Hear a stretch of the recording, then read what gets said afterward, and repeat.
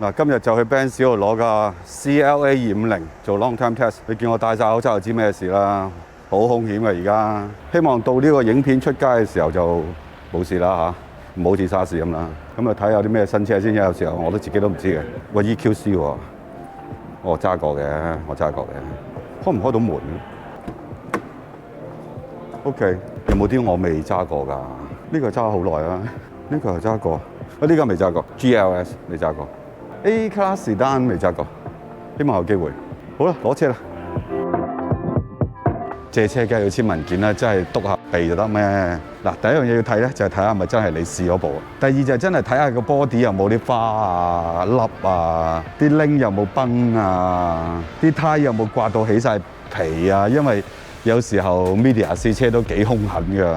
咁跟住咧，我嘅習慣都會睇睇個車廂有冇啲用完即棄嘅嘢。咁當然唔係講緊我啲啦嚇。咁最後啦，亦都係我自己比較私人嘅習慣咧，就係我會睇一睇副引擎嘅。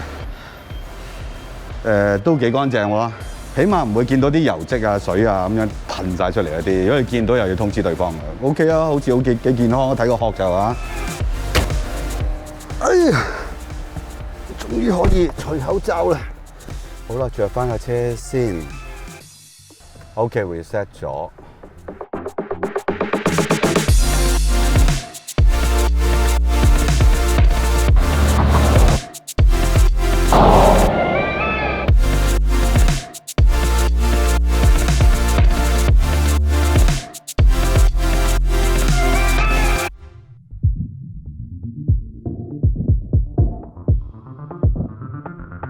Hi， 平治。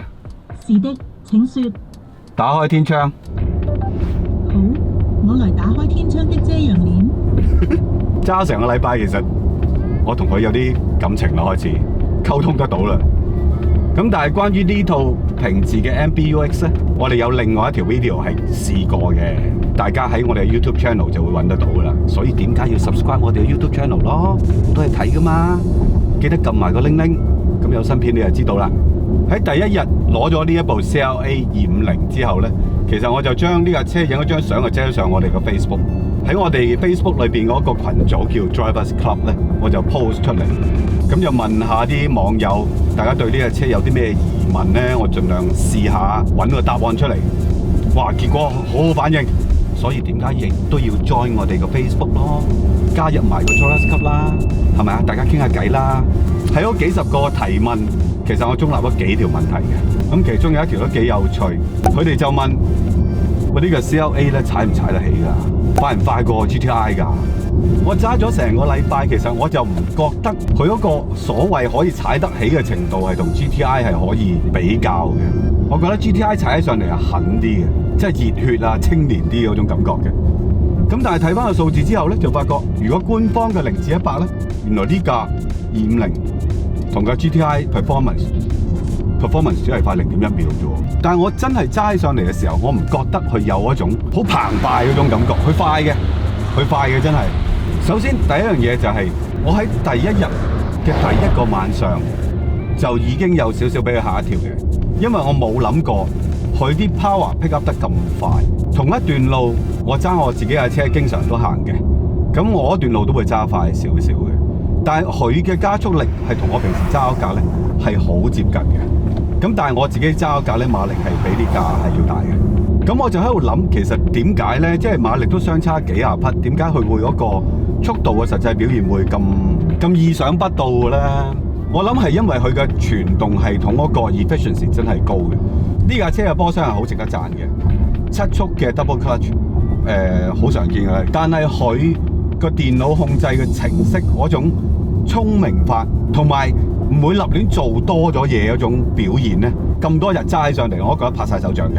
無論你係用緊 comfort 或者 sport， 佢個波箱咧唔會經常胡亂咁跳上高波嘅，但佢又唔會經常拖住個轉數唔肯跳上高波嘅。引擎喺最好嘅力量嗰個範圍裏邊，即係最好扭力嘅範圍，大概1000幾2000鬆少少啦，佢先至好願意去轉波嘅。咁呢種咧，同我揸開嘅 Volkswagen 嗰種嘅 double clutch 係有啲唔同嘅。佢成日都係用5、6波嘅，你估唔到係用5、6波去行車嘅。佢係 keep 得到嗰個扭力係啱啱好夠飽，唔會食滯，又唔肚餓嗰種感覺嘅。摁佢油門，佢又有力喎。你收油，佢又再回油，再摁一摁，佢又得嘅喎。即係呢種嘅感覺就係覺得架車好順，好似好想模仿傳統嘅自動波嗰種有 torque converter 嗰種自動波，就係你踩落去嘅時候係會比較有即時嘅反應。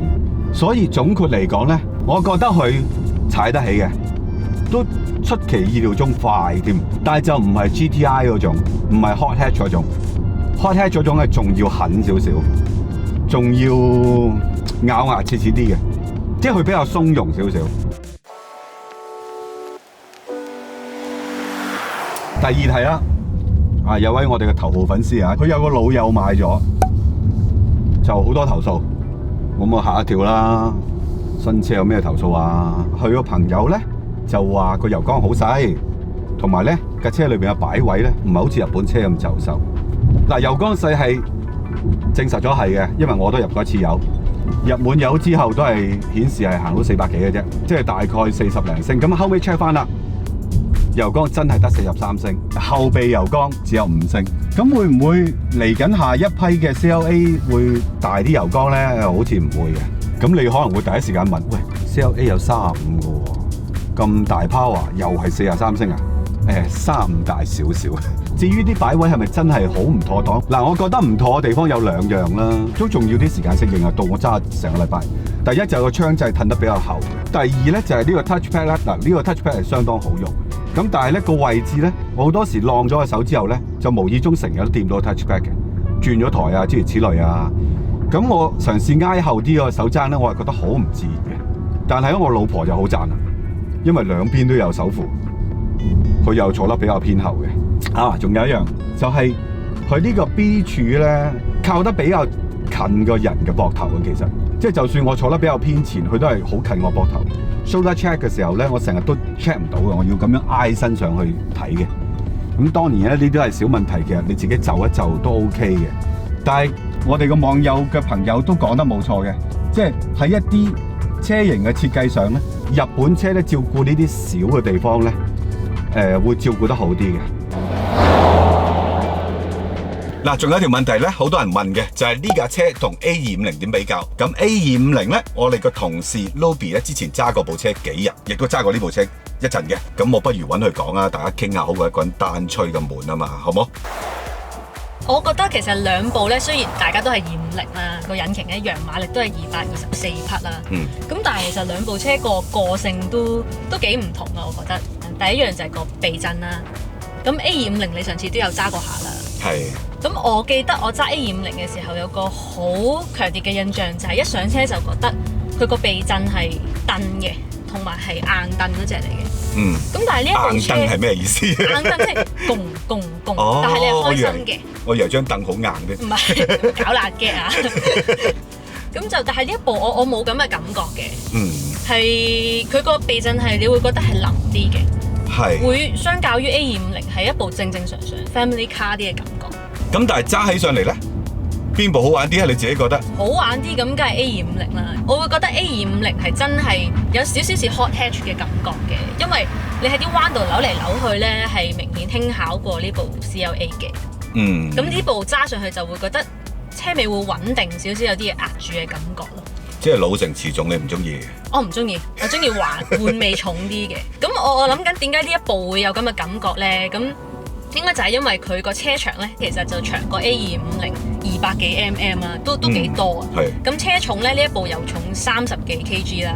咁另外佢嘅 track 咧，前後都闊咗嘅。咁所以唔出奇嘅，呢部車感覺穩定啲。我自己都有呢個感覺嘅，即係 A 我冇揸幾日啦，但係 A 係有一種擠嚟擠去嘅感覺嘅。係。即係真係靈敏啲嘅。速度嚟講，你覺得兩部咧？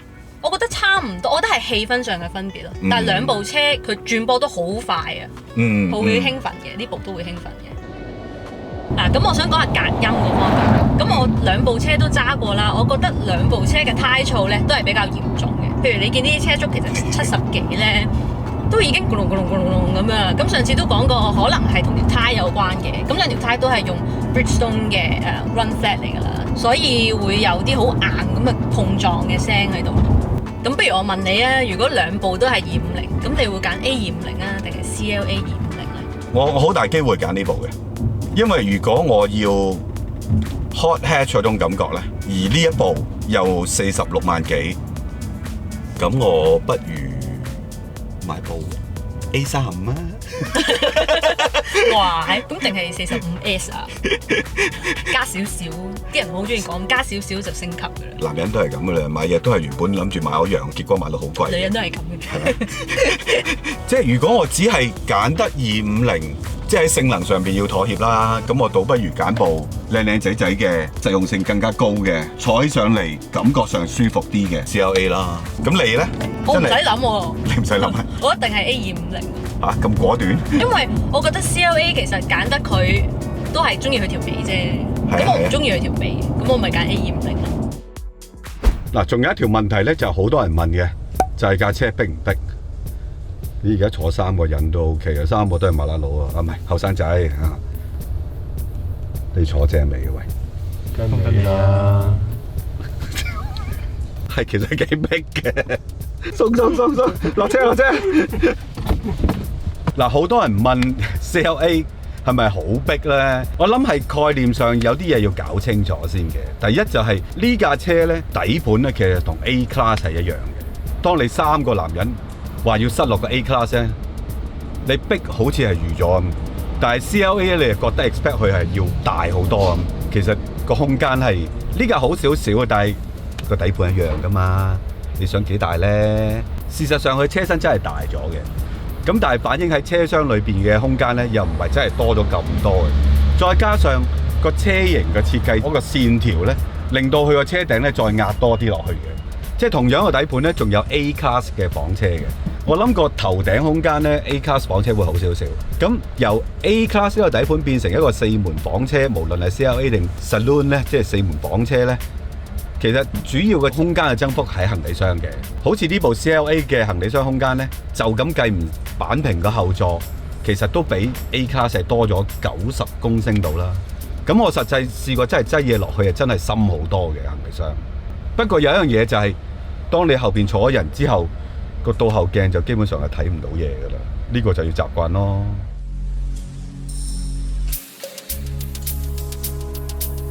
最後一條問題咧，就係好多人就拎呢部車嘅價錢去同其他車去比較啦。咁呢部車46萬幾，咁可以選擇嘅嘢真係好多好多嘅。咁甚至乎之前嘅 STI 你都買得到嘅，但係就真係完全唔同嘅嘢嚟嘅。咁46萬幾，你可以問，咁我點解唔買 A 仔又平啲啊？但係有啲人係總係中意4門形態房車形態嘅。而呢部嘅 CLA 咧，攞部車到今日咧，都覺得佢都幾有型嘅喎車，即係相對嚟講係有一種貴氣啊！即係你揸部 A 仔都係 Benz，咁但係就好似缺少咗呢部車嗰種貴氣，特別係黑色啊！我個人極力推薦黑色，因為我喺街見過白色，見過紅色，但係就最靚都係黑色，加埋個黑鈴惡到爆。咁同一個底盤有部 A 嘅房車嘅，即係唔係 CLA A 嘅房車。仲平啲添，都仲得。咁但係就冇呢副計咯，因為 A 咧房車係220嚟嘅，咁就 Power 就同呢一架就爭咗少少。如果真係其他牌子有咩咧，我就覺得你哋可以考慮一下寶馬3系同佢一齊比較。當然個級數係有啲唔同嘅，因為3系應該理論上係闊落過呢一架好多嘅，個 size 都有少少唔同嘅。至於網友提到嘅其他型號啲咩 A3 啊、Golf 啊啲，我啲唔講啦，即係。真係唔同嘅嘢嚟嘅，你真係認真啲去望一望呢部車。我單講個樣啊，你真係揸住呢架車去拜年，啲親戚真係以為你發咗達㗎。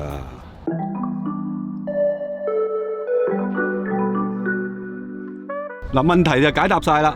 咁但係呢，我試咗600公里，我都有啲嘢要講嘅。第一就係行咗600公里嘅油耗係點呢？做出嚟嘅平均油耗呢係8.6 Lit 100公里，都算慳油，係呢個級數200幾匹嘅車嚟講。咁仲有啲咩我覺得要值得特別提呢？第一就係個油門同個 brake 呢係比較敏感少少嘅，好似掂好少呢，佢就做好多嘢嘅。油門都算啦，因為油門你可以晾住個腳踭喺個地台嗰度，其實都可以微調嘅。個 brake 呢，係真係摁多啲咧，你就好似想 lock up 嗰種咁嘅狀態嘅，啊比較奇怪嘅。開頭揸嘅時候都要幾長時間去熟習嗰個 brake 嗰個反應。開頭揸會隻腳我有少少攰攰地咯。第二就係我覺得個引擎嘅聲音咧，我就唔係太中意嘅，因為我覺得有少少粗糙咗少少啊。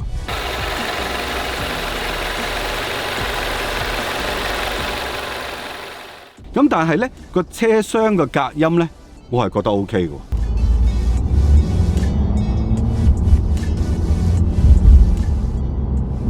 所以就好奇異啦，成件事上半節咧就靜嘅，但係到下半節咧就有引擎聲入嚟，個胎亦都有少少胎入嚟，因為胎咧呢架係換咗 option 嘅19寸 AMG 胎鈴嘅，我覺得稍為大咗少少啦，不過為咗靚就冇辦法啦，係咪先？原裝係18寸嘅，因為而家咧佢有一啲凹凸路嘅時候咧。佢個懸掛本身係用咗唔係 sports suspension 嚟嘅，係 comfort 嘅。咁但係咧就係屬於 lower comfort， 即係降低咗嘅 comfort 避震，即係彈弓冇加壓，但係就壓低咗少少，壓低咗15 mm。咁所以成個 spring weight 嘅表現咧有少少唔同咗。咁就我覺得佢有啲動作係多咗嘅，同埋再加上個胎鈴係因為大而胎係太薄。咁令到咧呢啲震盪嘅嘢咧，有時候理論上作為 Benz 嘅4門房車，好多網民都有問嘅，即係有冇 Benz 咁舒服啊？